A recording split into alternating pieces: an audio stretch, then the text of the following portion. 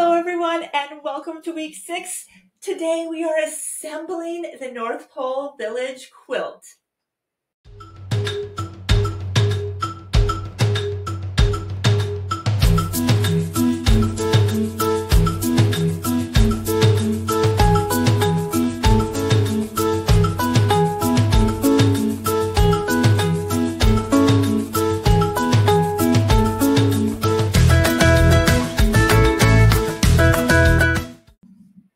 Hello everyone and welcome. My name is Jennifer Long from Sew Story. I am so excited today because we are assembling the North Pole Village quilt today. That doesn't mean quilt along is done. We still have a couple more weeks left. We still have 2 weeks left, in fact, because in the next 2 weeks we're going to talk about applique snowflakes and we're going to talk about quilting around the pockets and even sparkle paste. So we're going to talk about all of that fun, but today we're going to talk about just assembling this beautiful quilt together. I feel like we need a pat on the back, maybe a little bit of applause. Good job. So everyone, you've done 25 houses. You've done possibly doors, possibly hand machine, applique, or stitching. You've done, maybe you did the felt panel sew along with us ahead of time, and you've even done all of the words at the top. And now we have come down to just 2 pages on our pattern. So we're on page 18 and 19. So it looks like that. So this is like my gift to you. This is the straight sewing part. I mean, it's all been fairly easy piecing, but I know there's been just, like there's a lot of things happening, but we're so close. We can just like see the finish line already. So all you're going to do this week, and again, measurements I've written here in the pattern for you, so you can see what the pieces are for everything here, but you're going to go either to your design wall or to your floor and lay out. Now, you'll want to make sure that you lay your houses out. Well, I was going to say in number order, but now that I'm saying that out loud, I don't know if you have to. In fact, I know you don't have to, because lots of times when you buy those chocolate advent calendars, you have to search. Part of the fun is searching for the house. So of course, on a street, the houses are numbered in order. So I did mine in order, but as I'm speaking now, I don't know if you have to.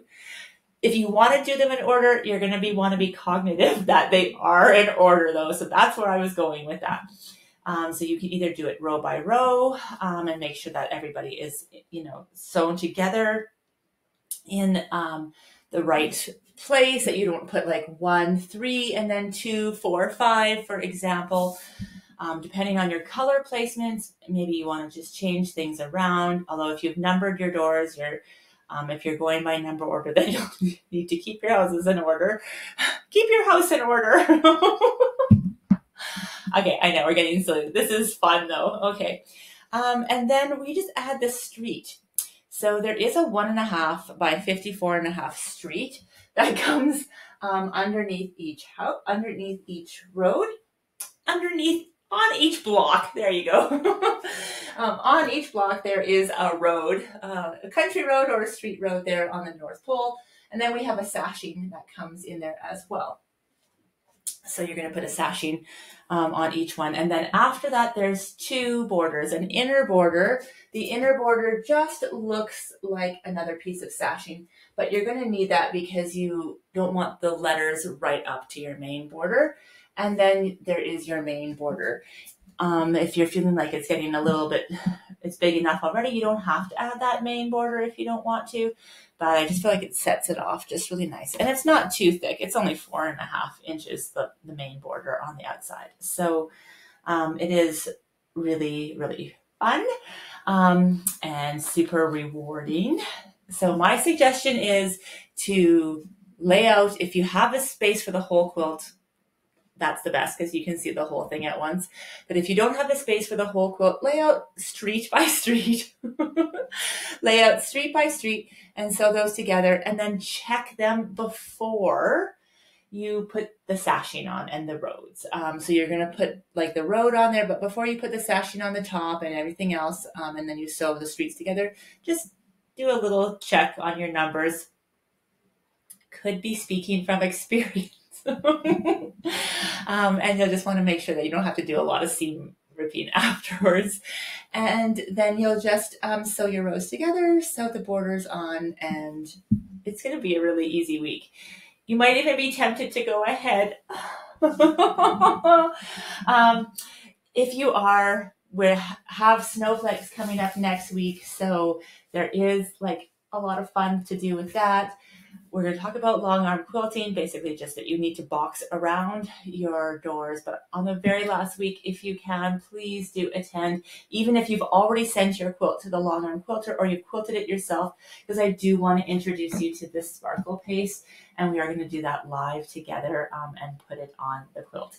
So please do make sure you come back. Well, for all the weeks, but for that last week in particular. So this is so fun. Aren't you getting excited for the holiday seasons already? And yeah, it's just going to be just so rewarding. Handmade is the best.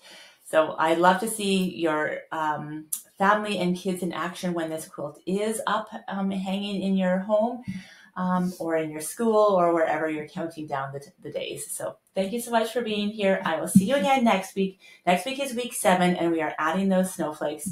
We're going to talk about using a cutting machine if you want to, where you get those files from, what you need to do to prep beforehand, or if you are doing it with scissors and by hand. So I'll see you again next week. Bye for now.